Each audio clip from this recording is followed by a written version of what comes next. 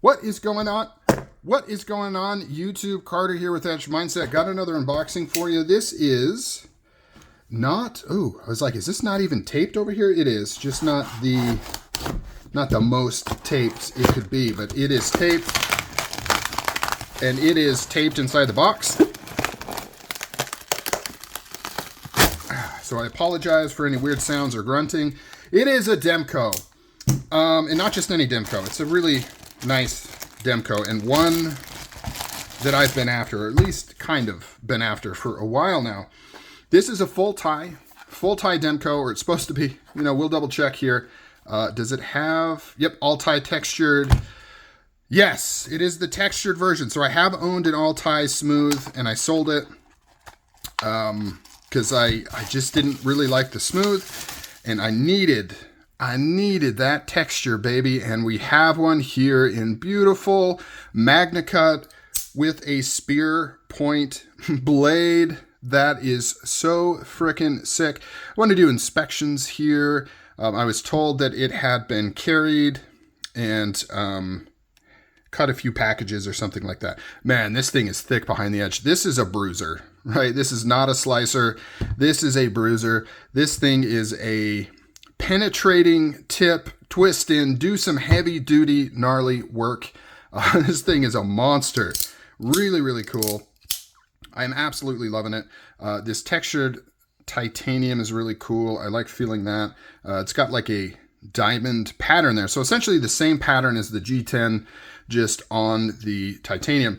Because I will say, on the smooth one that I had, it was just stonewashed titanium.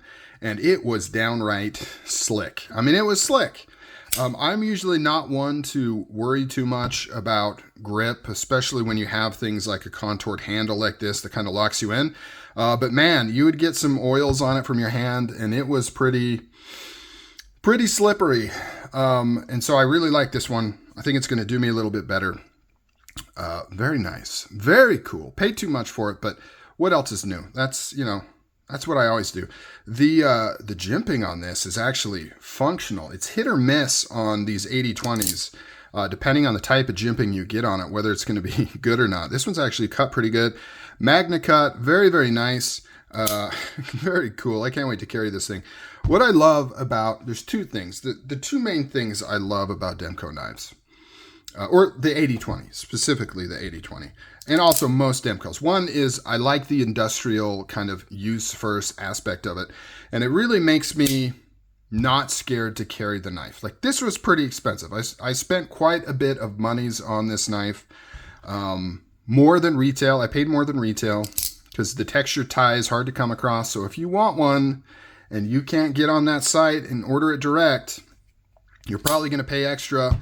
And then on top of it, it's one of those situations where somebody reached out and said, I'm thinking about selling this knife. Would you be interested, right? So it wasn't somebody that was actively trying to sell it. And so whenever you're in that kind of scenario, you don't have the leverage as the buyer, right? You're kind of trying to say, what's the most I'd be willing to spend on this knife and be relatively happy? You're not watching it, waiting for the guy to drop his price because it's not selling. And you're like, man, this would be a good deal. So that was the scenario here, but I'm not scared to put it in my pocket because of just how these are made. Like, it's a very usable industrial knife, right? Everything is stonewashed. It's all metal. There's no plastic on this knife. There's no fancy materials or fancy finishes, right? This is a steel pocket clip, which A, is stonewashed and really, really robust, and B, even if you do scratch the shit out of this thing, you can buy them. They're like $5. You can buy them right off of the Demko site. It's not a big deal.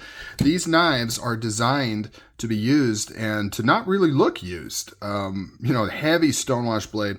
I really like the way Demko does their stonewash. It's like a very gnarly, deep, heavy stonewash, and it just hides any imperfections. Like, this thing may have actually been used quite a bit.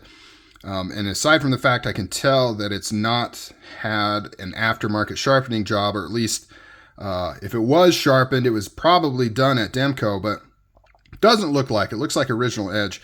You would never really know if it's been used. Like, it takes a lot to put any wear on these things. Very, very cool. Let's get a weight just in case anyone's interested. It's a heavy hog. No lightning pockets or anything in it. Full weight titanium scales, 8.1 ounces. So pretty heavy, pretty heavy. Oh, the other thing, I said two things. So one is like the industrial finish that I really like about Demko knives. Two is the interesting like juxtaposition of that, right? Having a use forward design and finishes, very industrial, you know, not fancy, anything like that. He heat treats his blades really, really good, right? Because they're meant to be used. So all of that juxtaposed with some of the most fidgety, drop shutty, flicky action of any knives out there. Like here you have this super thick, heavy duty bruiser of a knife, and yet it just clicks shut. Just clicks shut. So nice. Just droppy. Just not on bearings. Like it's such a beautifully simple, great design. I just can't help but get captivated by how these knives work. I think they're really, really fantastic and really cool. Goes to show how much of a genius Demko was. I think a lot of people wondered, you know, when he worked at Cold Steel and he designed a lot of the knives and the locking mechanisms, he wasn't working in a vacuum chamber. He worked with other people. And so everybody always kind of wondered how much was really Andrew, you know, how much of a genius is he with locking mechanisms? And this kind of proves he is. I'm not saying he didn't have any input on this, but he wasn't working at Cold Steel, right? He had gone off on his own with his brother, started his company, and they came up with this lock, and it was a runaway success. It's a really good design. I could probably talk in detail about what's really so cool about this. A lot of people don't like the idea that it's running with a spring. I don't know why. Like there's no way you can have a mechanical knife that opens and locks without some sort of focal point of something that could technically break and go wrong. But the beauty of this is you can easily, quickly, and cheaply replace that spring. If you've been using it a lot, if you've been fidgeting with it a lot, just change it out. You can get 3 of them from him for $5, 3 springs. Just change it out. If you've been playing with this thing for a year, just change it out. Just like you change out your batteries on like your optics for your pew-pews, like on your birthday, right? A lot of people just, on their birthday, they just change out the batteries on all their optics. Do the same thing here. Change out the springs on all your Demkos. Like, very inexpensive, very cheap and easy to do. Anyways, I've rattled on long enough. What do you think of this beautifully thick, crazy Magna Cut spear point? Not a slicer by any means, but very cool nonetheless. Comment down below. I will catch you guys on the next video. I'm out.